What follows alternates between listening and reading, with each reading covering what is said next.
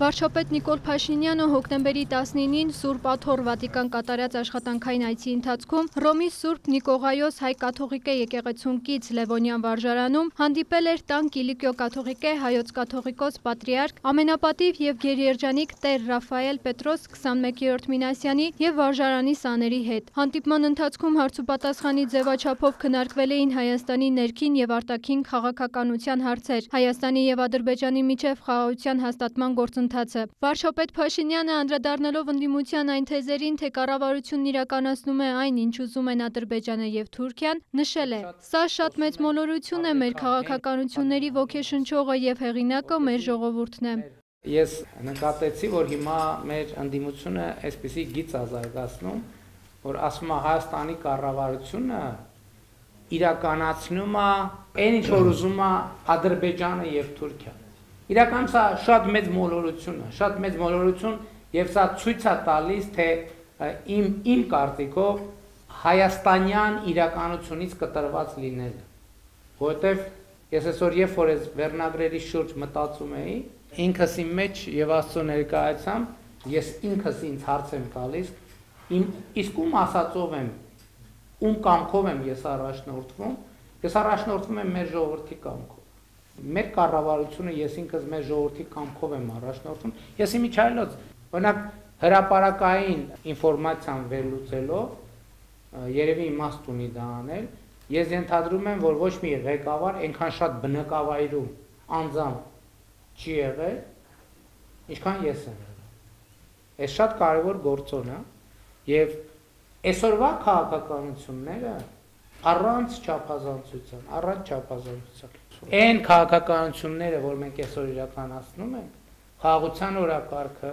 իրական Հայաստանի գաղափարախոսությունը, 4-րդ հանրապետության գաղափարը, այդ ամբողջ քաղաքականություն, տարածաշրջանացման եւ խաղաղության այս ռազմավարությունը բառ առ բառ նախադասություն առ նախադասություն հավաքագրված են մեր ժողովրդի հետ շփումներ։ Սա շատ կարևորն է։ Շատ ենք խոսում արժեքահեն հասարակություն ունենալու մասին, որպեսզի մեր հանրային հարաբերությունները հիմնված լինեն արժեքների վրա, շարունակել է վարչապետը կարծիք հայտնել, ամենահուսալի գործոնը, որը մարդուն կապում է իր արժեքների հետ, հավատն է Աստծու հանդեպ, նկատել, եթե աստվածավախություն չկա, շատ ավելի հեշտ է տրվել գայթակղություններին, հատել գծեր։ Նրանք, ովքեր հավատում են Աստծուն, Հիսուս Քրիստոսին, այնուամենայնիվ հարաբերության առումով շատ կարևոր է տեղորոշել, որտեղ է, ինքը որտեղ է։ Եվ իհարկե Աստված ամենուր է,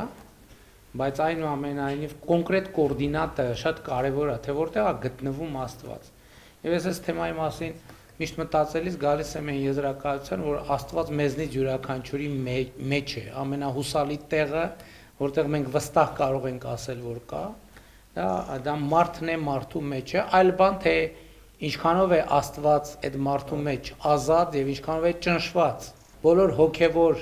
կռիվները, պայքարները, բախումները, որ տեղի են ունենում տիեզերական, այնուամենայնիվ դրանք տեղի են ունենում մարդու մեջ, որովհետեւ Աստծո հետ հարաբերությունը մարդու ինքը իր հետ հարաբերության թեմա է, որովհետեւ բոլոր դեպքերում, երբ որ մենք հարաբերվում ենք ուրիշների հետ, մենք միշտ կարող ենք ինչ-որ բան մի քիչ այլ կերպ ձևակերպել, մի քիչ, բայց երբ որ խոսում ենք ինքներս մեզ հետ, մենք չենք կարող մի քիչ, որովհետև մենք գիտենք, մենք միակն ենք, որ գիտենք, թե ինչի մասին է խոսքը, եւ հետեւաբար ինքդ քեզ հետ խոսելիս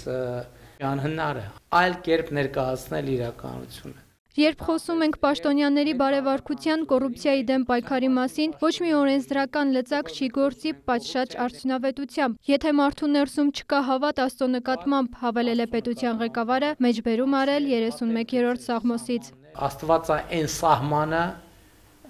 որը մեզնից յուրաքանչյուրը ունի, եթե Աստված Աստծո նկատմամբ հավատ չկա, այդ թերևս ինքը մեզ դարձնում է, չեմ ուզում ասել սանձարձակ, բայց չէ, ազատը վատ չի։ Ես օրինակ ազատության ջատագով եմ, բայց այլ բան է ազատը,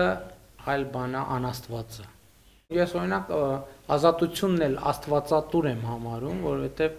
այնուամենայնիվ ազատությունը ինչ է, որ մենք ընտրություն պիտի կատարենք եւ ունենք ընտրություն։ Ի վերջո եթե չեմ սխալվում 31-րդ Սաղմոսի մեջ է, երբ որ ասում է մի եղեք ձիերի եւ ջորիների պես, որոնք գիտակցություն չունեն, սանձով ու պախուրցով պետք է նրանց կզակը ճմլել, այսինքն մարդու կզակը պետք չի սանձով ու պախուրցով ճմլել, եթե նա հավատ ունի։